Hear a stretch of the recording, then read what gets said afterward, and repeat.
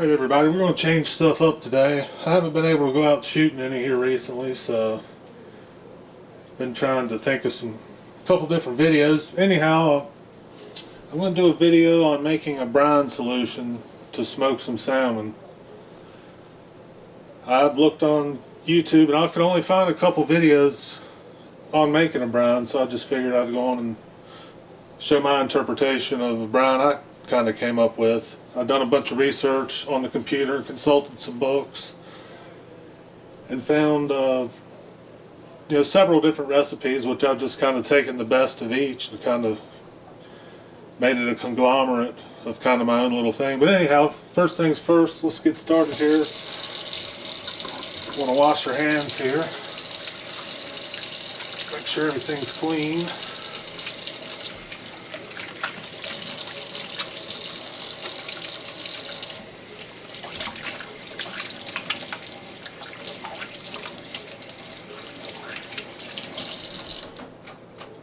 Here's a fresh, cleaned kitchen towel. You don't want to use anything that contaminates your food. I'll show you some of the ingredients we're going to use in our brine today, and it's got soy sauce, brown sugar, got some onion salt, some tabasco, chipotle flavor. Got Chardonnay. I've been told that the Chardonnay would go good with fish. I personally don't know much about wine, but I figured I'd give it a try. Got some black pepper and some kosher salt, and obviously some of our measuring tools. But anyway, the kosher salt, I've done a bunch of research and read most of the things I have read says you're not supposed to use iodized salt when you're smoking items. And all the videos I had seen and the research I had done, nobody ever said why not. But anyway, I'd done a little research myself, and what I've read and been told is if you use iodized salt, that has a possibility of giving a metallic flavor to whatever it is you're smoking. So we don't want to take a risk, so we'll just use this kosher salt.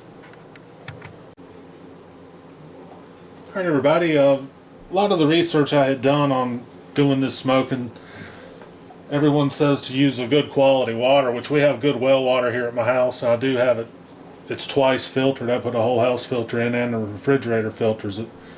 So for our recipe, we're going to use 2 quarts of water, and I'll use my refrigerator. It might take a little longer than the sink, but that's fine.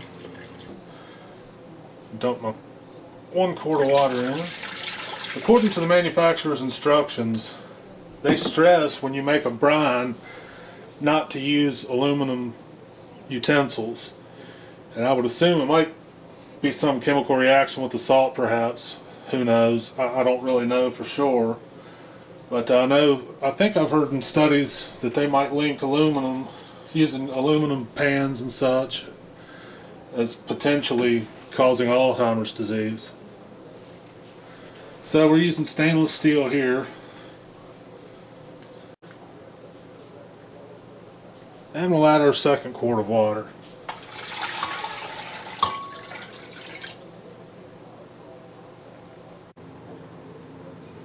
The recipe I came up with for my brine, I guess you would say, is the ingredients are 1 cup of kosher salt,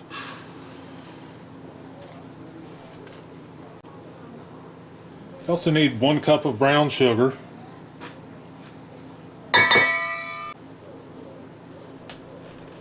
2 tablespoons of onion powder,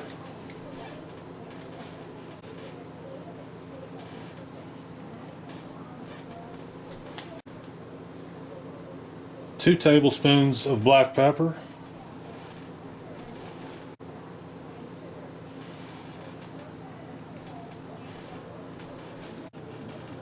I've got all my dry ingredients together. I'm going to go ahead and kind of just whisk them together. That way they'll distribute somewhat evenly, and I think when I add them to the water,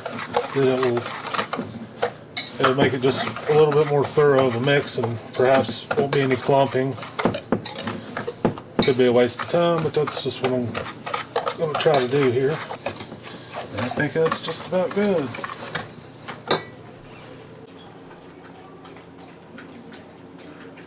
Well, my big G came in to visit me. Looks like he just had a bath. Nice and wet.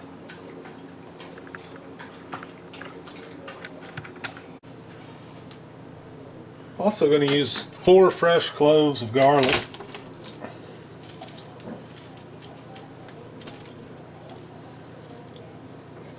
I just kind of get the peeling off and then cut this rough end off. It's kind of tough.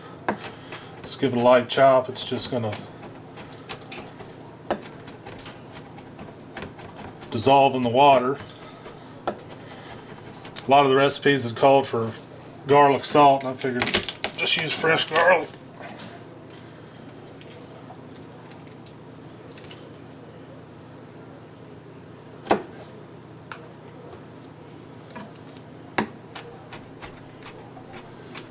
My knife skills are not very good. I apologize for that.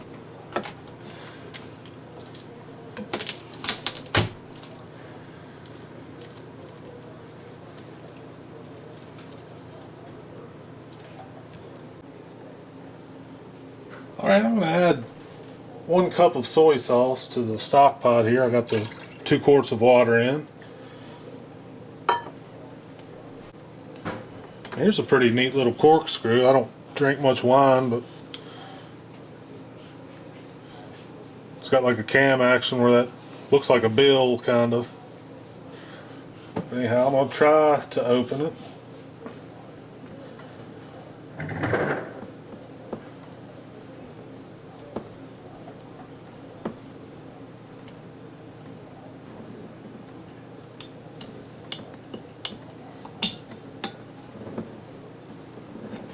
Let's see if I can get it there where you can see it. And you just kind of put that little bill down and just cam it up. And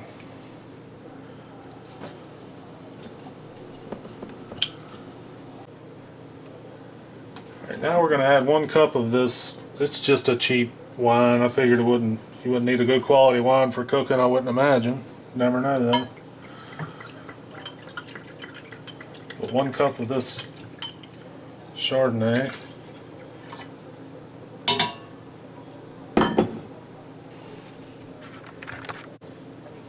I'm going to add roughly 2 tablespoons of this tabasco chipotle pepper sauce. It's really not that critical. I think that'll probably be good to measure it.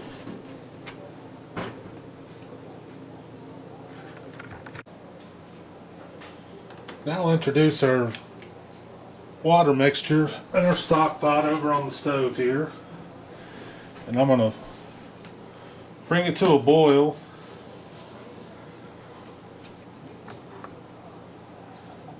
And as soon as it comes to a boil, I'll start introducing our dry products. I can go ahead and throw the garlic in. Got a decent chop on it. It's nothing real fine, but chopping it like that, I believe, gives more surface area to allow the flavors to extract.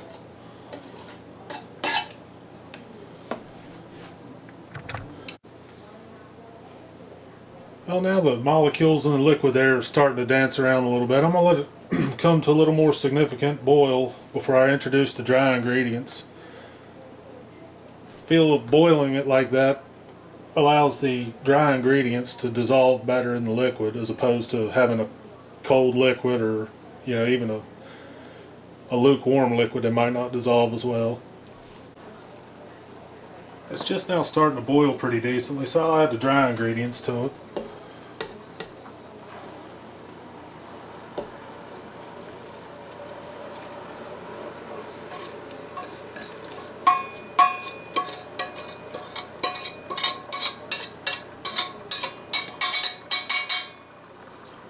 I'll just stir.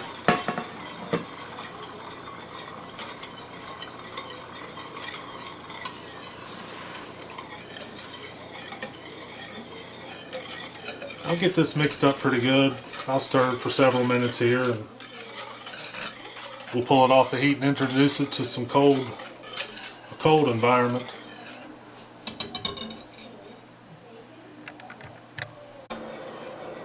Alright, it's up to a good boil now. I'm just going to stir it, continue to stir and turn the heat down, let it slowly cool down. If I feel like it's mixed well enough, I'll pull it off the heat.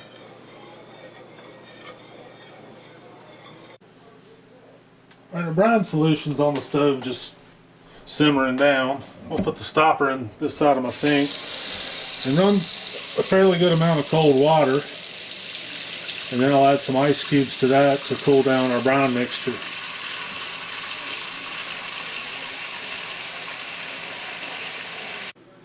Alright, I'll add some ice to our sink here in the water.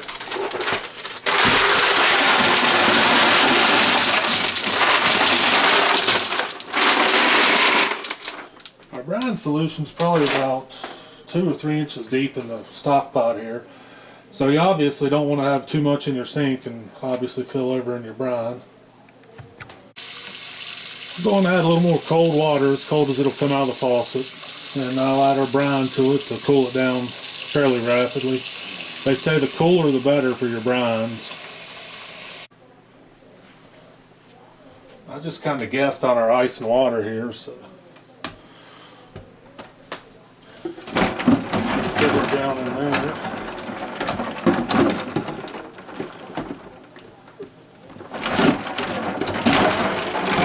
Here we go. That ought to cool off right nicely. I'll add a little bit of water, cold water to it to get it up to about the same level as our brine liquid. It's pretty close there. Yeah, it ought to be perfect. So I'll just let it cool down now and get it as cold as we can. And well, we got a couple of not too happy campers here. As you can tell, they've had baths. Annie.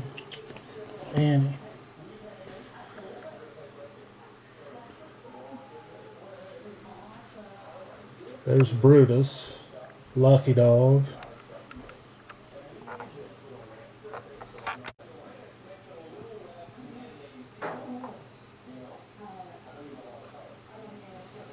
Yep, so you just had a bath, huh?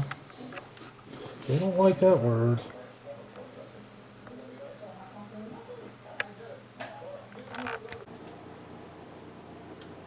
Alright, so I'll let our brine mix set in the ice probably 15-20 minutes. And it's really cool. It feels like it's been in the freezer. Actually, it's real cold. But anyhow, we'll take a half-gallon jar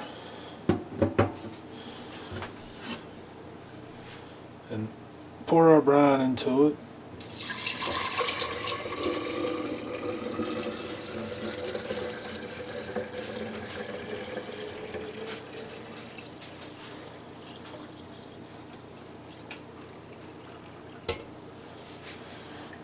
Now I'll put this brine in the refrigerator for a while. Everyone stresses the colder the brine, the better, so I will put it in the fridge and work up the salmon.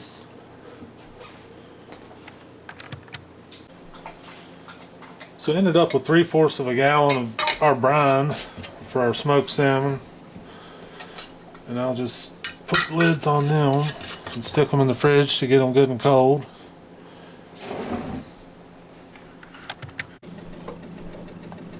And off to the refrigerator with the brine.